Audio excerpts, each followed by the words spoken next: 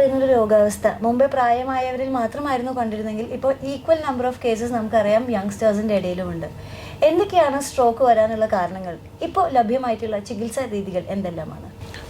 Stroke അഥവാ പക്ഷാഘാതം വളരെ പെട്ടെന്ന് വരുന്ന ഒരു അവസ്ഥയാണ്.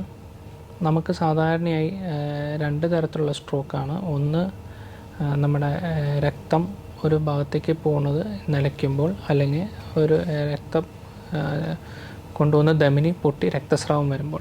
ഇതിൽ രക്തസ്രാവം വരുന്നത് നമ്മൾ ഈ രക്തസ്രാവം നിലയ്ക്കാനായിട്ടുള്ള എന്ത് കാരണമാണോ അതിനുള്ള ചികിത്സ നേടുന്നതാണ്. ഉദാഹരണം, സാധാരണയായി പ്രഷർ, ഹൈപ്പർ ടെൻഷൻ വളരെയധികം വരുമ്പോൾ ഉണ്ടാകുന്ന ഒരു അവസ്ഥയാണ്.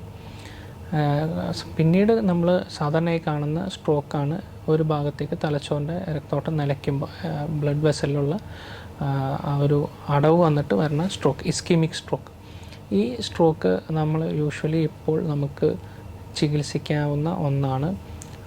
4-4.5 മണിക്കൂറിനുള്ളിൽ ഒരു രോഗിയെ ആശുപത്രിയിൽ എത്തിക്കുകയാണെങ്കിൽ ആ ഒരു ആളുടെ കണ്ടീഷൻ ഡോക്ടർ നോക്കി, അതിൻ്റെ കൂടെയുള്ള കോമോഡിറ്റീസ് എല്ലാം നോക്കി നമുക്ക് 4.5 മണിക്കൂറിനുള്ളിൽ ഒരു മരുന്ന് കൊടുത്ത് ചികിത്സിക്കാവുന്നതാണ്.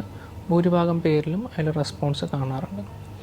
വളരെ ചുരുക്കം പേരിൽ വളരെയധികം വലിയ രക്തധമനികളിൽ അടവ് കൂടുതലാണെങ്കിൽ നമ്മൾ ഈ മരുന്നിന് പുറമെ നമ്മൾ സാധാരണ കാർഡിയോളജിയിൽ ഇപ്പോൾ ഹാർട്ടിന് അറ്റാക്ക് വന്ന ആൻജിയോഗ്രാം ചെയ്ത് ഈ പറഞ്ഞ പോലെ സ്റ്റെൻഡ് ഇടുക അല്ലെങ്കിൽ ക്ലോട്ട് എടുക്കുക, ആ രീതിയിലുള്ള ചികിത്സാ രീതിയും ഇപ്പോൾ ആവശ്യമുള്ള സന്ദർഭങ്ങളിൽ നമ്മൾ ഇസ്കെമിക് സ്ട്രോക്കിന് നമ്മൾ കൊടുക്കുന്നതാണ്.